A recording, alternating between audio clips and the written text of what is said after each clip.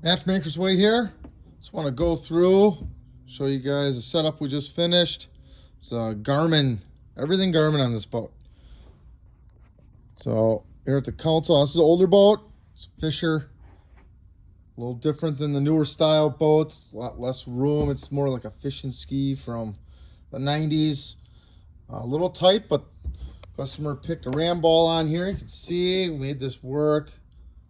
Sits on the side, just clears that. Tried to keep it out of the walkway as much as possible. It's got a little room for tilt. Here on the console, he did a 9-inch side view one, so it's got side imaging. Up on the bow, see his setup. He's got his Live Scope. Got that on a Garmin Bruce City mount. So you'll be able to take it on and off nice and easily. He has 10-inch locator on the bow, ram mount on that. Garmin Kraken trolling motor. Now he did not do removable plates, so we actually hardwired this into the boat. No point of having the plug because he's got to take stuff apart to take it off anyway. So he is going to use his breaker in the battery compartment to shut the motor off each time, so we're still going to have power shut off. It's got a ram mount up here on the bow.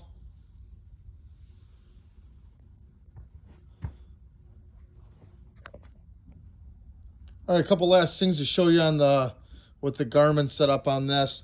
So with the Live Scope, Garmin does it where there is no disconnect on their cord for the transducer for the Live Scope. So it plugs right into their black box. See, we put that in here. Light flashes when it's hot. But we did that in a fashion that he can disconnect it and pull that out really easily. That's why we got the coil on the deck here. He uses his boat for some tubing and stuff with the family. So we just wanted to make that it is usable for him, user-friendly. Show you his battery setup. Now his battery setup isn't complete because he's going to be going lithium batteries. But he's going to have his batteries in this compartment. We got some lead acids in here just to test everything. You can see his breakers on the side. It's a manual trip one, so you can use that for shutting his motor on and off. I had to replace it, put a new one in, but we used the accessory switch right here. That is for the Live Scope box, so he can actually kill the power for it. So we got it on its own system for it's not hot all the time, even though those do go to sleep when the locators are shut off and it's out of the water. We just like having a manual off for it, especially with using the boat for other purposes besides fishing.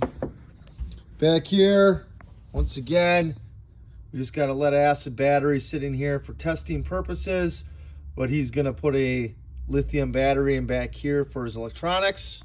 So it's gonna be all the locators, and those power wires are dedicated for the locators. Got all this stuff on its own circuit, fuse panel underneath the console. His starting battery's on this side of the boat. It's got a couple no-code chargers in here. So we got those all set up for him. The Garmin's pretty much set up. When you plug them in, they auto find the transducers. They know what they got connected to them. Set the network up. It's really easy to see on there what's talking, how everything's linked.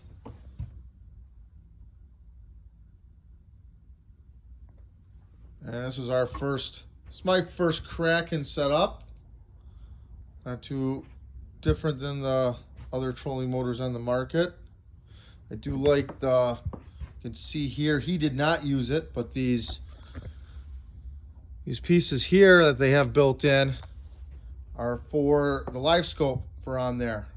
So you can mount that on the trolling motor. He chose not to. He wanted it separate, which has its perks. The transducer on there is obviously Garmin setup, so it works with the locators. You don't need to change anything. Just plug into it and away you go. All right, thanks for watching. Make sure you subscribe. Need some more people doing subscriptions. And we'll keep putting out some boats here. Got some new ones, new setups coming in here. Cold days of winter. Everybody's getting their stuff set up for next year.